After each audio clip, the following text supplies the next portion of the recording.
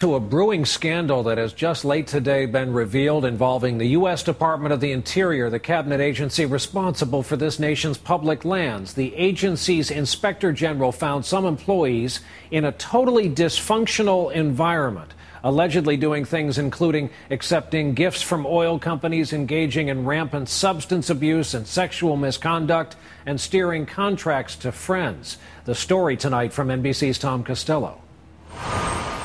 In Washington and Denver, the Inspector General says he found a culture of ethical failure at the agency responsible for collecting oil and gas royalties from companies that drill on federal land.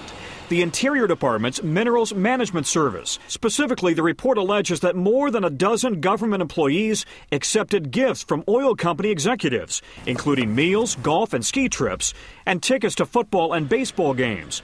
That on several occasions, government employees drank, used drugs, and had sex with each other and oil company employees. That a supervisor improperly steered business to his own outside consulting firm, while the agency's associate director also steered business to a recently retired special assistant, who now faces up to 5 years in prison after pleading guilty in August to a felony conflict of interest charge.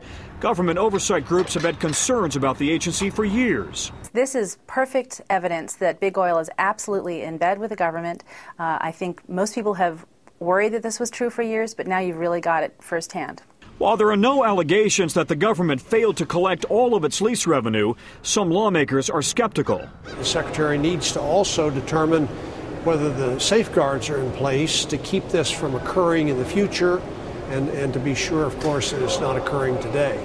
In a phone interview today, the new agency director admitted the public's trust has been breached. When you come to work for the federal government, the American people expect the best of you. The allegations all occurred before the spring of 2006, and half of those named have already left Interior.